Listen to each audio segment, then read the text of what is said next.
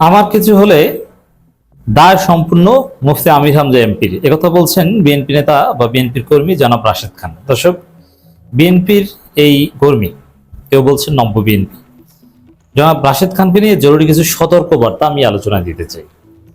আমি রাশেদ খানকে closely observe করে যেটা ফিল করছি, জনাব রাশেদ খান একজন হতাশাগ্রস্ত ব্যক্তি। তিনি এই মুহূর্তে প্রচন্ড মানসিক যন্ত্রণায় ভুগছেন। তাকে নিয়ে সামাজিক মাধ্যমে যে ট্রল হচ্ছে এবং টকশোতে গেলে যেভাবে ধোলাই খাচ্ছেন এবং রাজনীতিতে সবকিছু হারিয়ে যেভাবে নিঃস্ব হয়ে পড়েছেন, রাশেদ খানের ছোট ভাই বা তার অনুসারী, তার হাত ধরে যারা রাজনীতিতে এসেছেন তারা এক একজন এমপি হয়েছেন, আর রাশেদ খানের রানিং মেট ভিপি নূর মন্ত্রী পর্যন্ত হয়েছেন। আর রাশেদ খান আজকে কিছুই না, তার কোনো ইনকাম সোর্স নাই। আমরা যতটুকু জানতে পেরেছি, বিএনপি নির্বাচনী ফান্ড থেকে কিছু টাকা রেখেছেন, বাট এতে তার চলছে না। না আছে একটা চাকরি, না আছে একটা কর্মসংস্থান, না আছে একটা বসার জায়গা, চেয়ার টেবিল নিয়ে, না আছে কোনো রাজনৈতিক পরিচয়। বিএনপিতে কোনো পদ পদবি নেই এবং এমপি টেমপি তো কিছুই না। এবং সারা জীবন যে রাজনীতি করেছেন, সে রাজনীতির সাথে নিজেই প্রতারণা করেছেন, বেইমানি করেছেন, যার ফলে ঘরে বাইরে কোথাও এই রাশেদ খান শান্তিতে নেই, মানসিক যন্ত্রণায় ভুগছেন। এখন আমার সতর্কবার্তা হচ্ছে, আমাকে মানে তার যে কথাবার্তা, যে বেপরোয়া আচরণ এবং অনেকটা পাগলাট টাইপের মনে হয়েছে, মানসিক ভারসাম্যহীন মনে হয়েছে। একবার নাসিরুদ্দিন পাটোয়ারিকে বলেন নেশাখোর, গাঁজাখোর, এই টাইপের কিছু, আবার বলেন যে না আমাকে মেরে ফেলতে পারে, মানে এই যে উদ্ভট কথাবার্তাগুলো। এবং হঠাৎ করে এক একদিন এক একটা ফেসবুকে পোস্ট দেন এবং তার কথাবার্তা সব নেগেটিভ, যেটা বিএনপির রাজনীতিও না। বিএনপি জামাত একটা আন্ডারস্ট্যান্ডিং এর ভিত্তিতে আছে, রাজনৈতিক স্থিতিশীলতা আছে, দেশে কিছু সমস্যা আছে, সরকারি দল বিরোধী দলের মধ্যে কিছু বিরোধিতা আছে। It's very simple, it's very normal in democracy, but ওই রকম কোনো সংকট কিন্তু নাই। কিন্তু রাশেদ খান হতাশাগ্রস্ত, এমন ভাবে কথাবার্তা বলছেন, এমন ভাবে অ্যাক্ট করছেন, আমার কাছে মনে হয় হতাশা এই ছেলে আত্মহত্যা করতে পারে।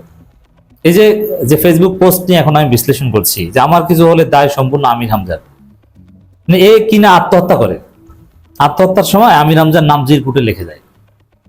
কারণ এই বয়সের একজন তরুণ যার পরিবার আছে, পুরোপুরি হতাশাগ্রস্ত হলে, হতাশার একটা ধরন আছে। দেখেন, মানুষ একটা পর্যায়ে কেউ রিক্সা চালিয়ে খেতে পারে বা আম ব্যবসা করতে পারে, নানান কিছু করতে পারে, কিন্তু এমপি ইলেকশন করে পরাজিত হয়ে একটা দলের সাধারণ সম্পাদক থেকে পদত্যাগ করে ভালো কিছু পাওয়ার আশায় কিছুই পেল না, আম সালা সব গেল।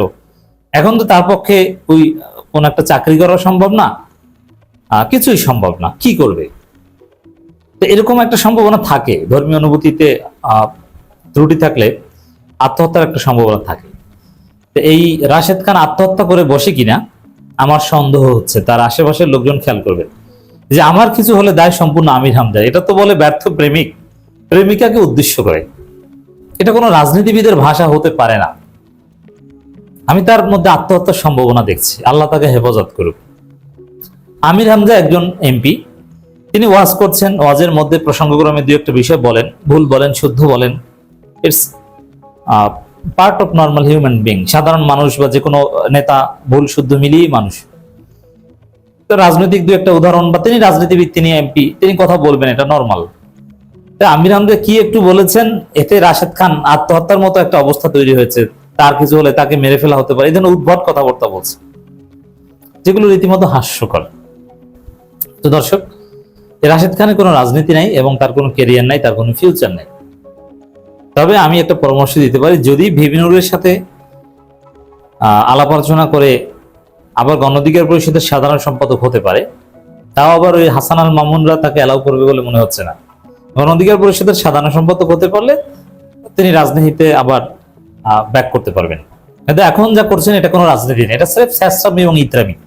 বিএনপিতে কেউ তাকে করে না, তাকে জাস্ট মজা নেয়ার জন্য রাশেদ খান, যেহেতু ওই যে ভাইরাল সিদ্দিক বা পাগলাটে টাইপের কিছু ক্যারেক্টার থাকে না, উদ্ভট ক্যারেক্টার, গাঞ্জাখুরি কথা বলে বিশেষ আলোচনা এসেছে, এরকম ক্যারেক্টার, এগুলো এদেরকে টকশোতে আনলে একটু টিআরপি বেশি হয়, চলে বেশি, ভিউ বেশি হয়, গালাগালি বেশি হয়, রিয়াকশন বেশি হয়। এই উদ্দেশ্যে তাকে অনেকে টকশোতে ডাকে। এছাড়া রাশেদ খানের কোনো দাম নাই। তারেক রহমান তাকে ডাকে, বিএনপি তাকে ডাকে, আর বিএনপি আক্ষেপ করছে যে রাশেদ খানকে আমরা নমিনেশন দিলাম কেন? Who is Rashed Khan? গণ অধিকার পরিষদ ছিল ওয়ান ম্যান পার্টি। ভিপি নূর বা বাংলাদেশের রাজনীতি অনেক অনেক ব্যতিক্রমী ক্যারেক্টার আছে। রাশেদ খান তো এরকম কোনো ক্যারেক্টার না। তাই ভিপি নূরের সহযোদ্ধা হিসেবে তার একটা অবস্থা। ভিপি নূর যা দিয়েছেন রাশেদ খান তা, এর বাইরে রাশেদ খান কিছু না। রাশেদ খান কখনোই অতি গুরুত্বপূর্ণ কোনো নেতা ছিলেন না এবং আলাদা কোনো ক্যারিসমেটিক বৈশিষ্ট্য তার মধ্যে নেই। তো দর্শক দেখেন, আমির হামজাকে বলে একটু ভাইরাল হতে যাচ্ছে, আলোচনায় আসতে চাচ্ছে। দেখেন, জামাত বিরোধিতাই তার এখন একমাত্র উপাদান। কোন সারাদিন মানে বসে থাকে যে কিভাবে জামাতের কার বিরুদ্ধে লাগা যায়, এর বাইরে রাশেদ খানের কোনো কাজ নেই। এরকম অকর্মণ্য ব্যক্তি একটা ঝুঁকির মধ্যে থাকে।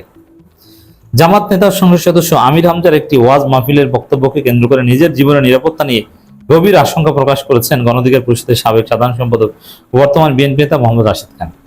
বিএনপি নেতা এরা নাকি আবার নিজের জীবন নিয়ে আশঙ্কায় থাকে, তাও এখন এই নতুন বাংলাদেশে, যেখানে সরকারি দল বিরোধী দল একে অপরের বন্ধু, ভালো সম্পর্ক। এটা হাস্যকর না? আওয়ামী লীগের পক্ষ থেকে থ্রেট এটাও তো এখন নেই। আওয়ামী লীগ তো নিজেদের জীবন বাঁচাতেই পালিয়ে বেড়াচ্ছে, তারা তো এখন আর পাল্টা কোনো স্যাবোটাজ বা এগুলো করতে পারছে না বা করছে না। তো এই মুহূর্তে নিজের জীবন নিয়ে আশঙ্কা করাটা, এটা স্রেফ পাগলাটে ক্যারেক্টার ছাড়া আর কিছুই না। সামাজিক যোগাযোগ মাধ্যমে ফেসবুকে নিজের ভেরিফাইড পেজে দেওয়া এক আবেগঘন ও সতর্কতামূলক স্ট্যাটাসে তিনি এই আশঙ্কার কথা জানান।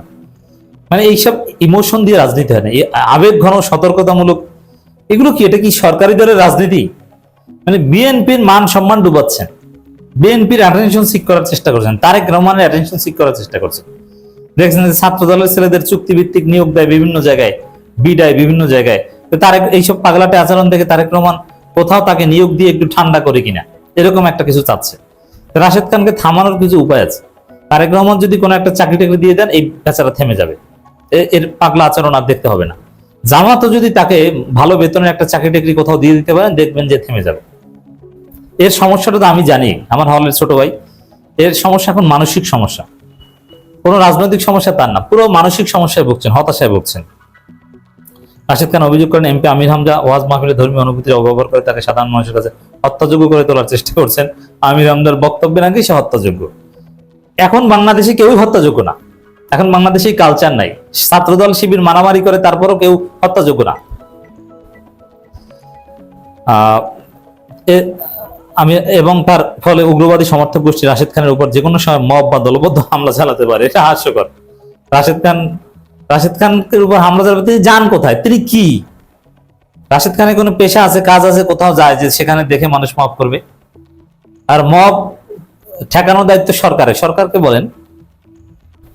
নিজের জীবন নাশের আশঙ্কা ব্যক্ত করে তিনি স্পষ্ট করেন, ভবিষ্যতে যদি তার কোনো ধরনের শারীরিক ক্ষতি হয় তবে এর দায় সম্পূর্ণ আমির হামজাকে নিতে হবে। এই যে কথা বলছেন, আমার মনে হয় যে তিনি তারেক রহমানের অ্যাটেনশন সিক করছেন এবং কোনো একটা চাকরি টাকরি একটা জায়গা চাচ্ছেন। এভাবে তার জীবন চলছে না, পুরোটাই হতাশাগ্রস্ত যুবক।